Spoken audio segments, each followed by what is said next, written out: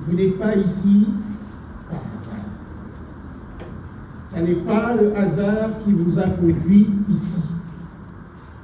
C'est Dieu qui nous convoque. C'est Dieu qui nous convoque. Et c'est son esprit qui nous dirige. Nous sommes à la 10e année du roi Sédécias, roi de Juda. Nous sommes à la 18e année du règne de Nabuchodonosor, roi de Babylone. La parole du Seigneur est adressée au prophète Jérémie. Dieu dit à Jérémie, va dire à Sédécias, roi de Juda, cette prophétie. La prophétie concerne et le roi et la ville de Juda.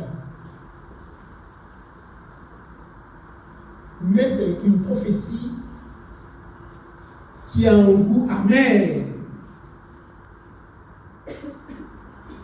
Cette prophétie a un goût amer. Que dit Dieu? Je vais livrer cette ville aux Chaldéens. Cette ville sera pillée. Et toi, Sédécias, tu seras déporté à Babylone. Et quand le prophète Jérémie s'approche du roi pour lui dire ça, vous savez ce qui lui arrive, au prophète, tout de suite, il est foutu en prison. Pourquoi? Parce que la prophétie dérange. Que dit Sédécias? Il dit au prophète Jérémie, pourquoi prophétises-tu? C'est ça, hein? Il dit ça. Pourquoi fais-tu cette prophétie? On n'enchaîne pas la prophétie. Malheur à moi si, ayant reçu le message de Dieu, je le garde pour moi.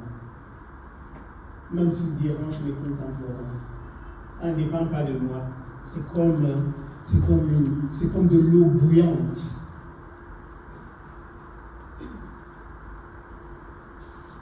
C'est fort, c'est plus fort que moi. Je dois délivrer. C'est comme une femme qui est en travail. Tant qu'elle n'a pas délivré,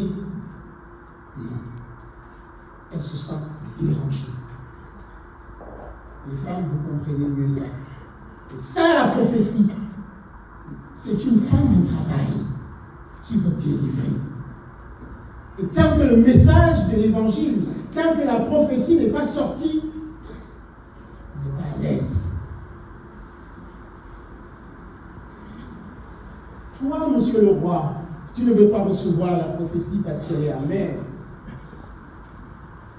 Et tu me fous en prison. Tu peux me foutre en prison, mais la prophétie est réelle. Et elle va se réaliser. Elle ne dépend pas de moi. Je ne suis qu'un instrument.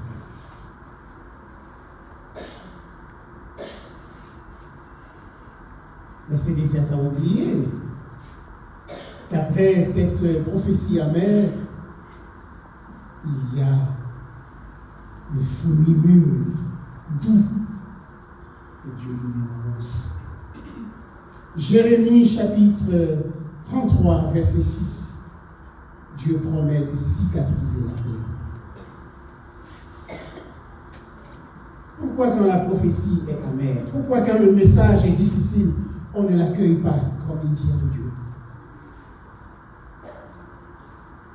Quand les gens qui ont reçu la vision vous disent, voilà ce qui va t'arriver, oui, arrière de moi, Satan. Non, il n'éprouve aucun vilain malin plaisir à vous dire que ce qui va vous arriver n'est pas bien.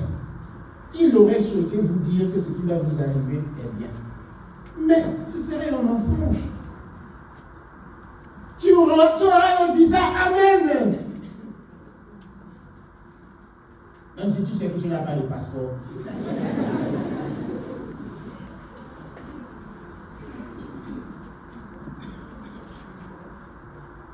Tu auras ton examen, tu auras le baccalauréat. Tu sais sais très bien que tu n'as jamais étudié. Tu dis seulement Amen. Amen, là, cette prophétie-là. Toi-même, tu y crois.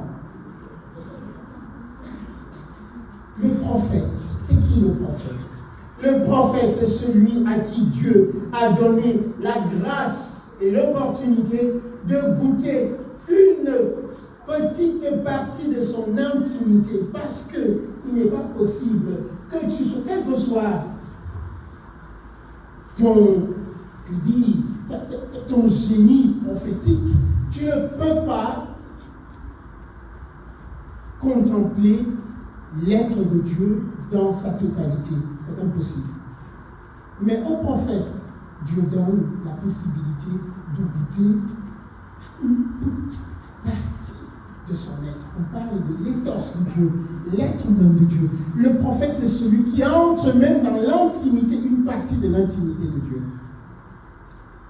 Et lorsqu'il a contemplé l'intimité de Dieu, une partie de l'intimité de Dieu, il ne garde pas ça pour lui.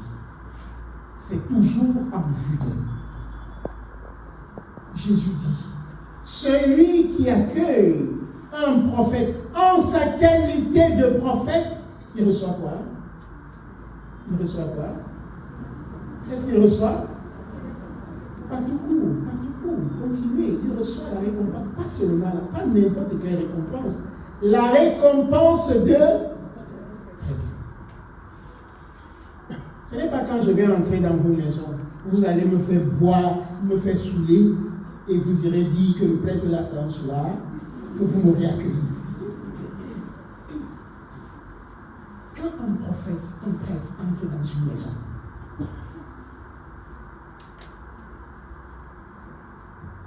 écoutez d'abord le prêtre. Ne courez pas tout de suite à la cuisine pour aller chercher le tchèque. Le tchèque. Tout de suite, on va au frigo. Mon père, il y a la caserne, il y a le... Mon père, il y a le plus, il donne pétrole. Je ne suis pas fan des vins. Hein? Moi, je n'en sais absolument rien. Je suis un analphabète en termes de vin. Je sais qu'il y en a qui sont vraiment ils ont bac plus 10 en termes de connaissance des vins. Puis il donne le vin et il dit, ça, c'est tout. Ça, le vin s'y a brûlé 50 ans. Moi, j'avoue que je suis ignorant à ce niveau-là. Ne courez pas tout de suite pour dire au prêtre, regarde là-bas, prends ce que tu veux, tout ça. Le Père est entré pour vous délivrer un message. Et ce message, si vous l'accueillez, parce qu'il vient de celui qui a reçu lui-même le message et qu'il est censé transmettre, eh bien vous recevez la récompense de ce homme, de sa prophétie. Parce que toute prophétie a une récompense. Quand le berger vous dit, vous avez ceci, je vois ceci, vous pensez qu'il le dit seulement pour vous-même? Lui-même, il profite aussi de cette grâce. Hein? Parce que quand il a délivré ce message, il est en paix avec Dieu.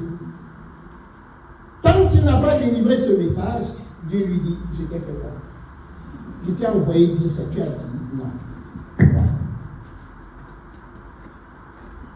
J'espère qu'on peut compris. D'accord?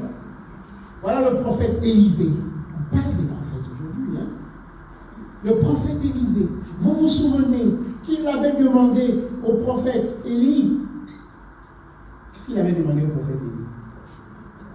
Le double de ton esprit. Je veux le double de ton esprit. Et le livre de Ben Sirach, le sage, nous a relaté toutes les merveilles et les prodiges que Élie a accomplis.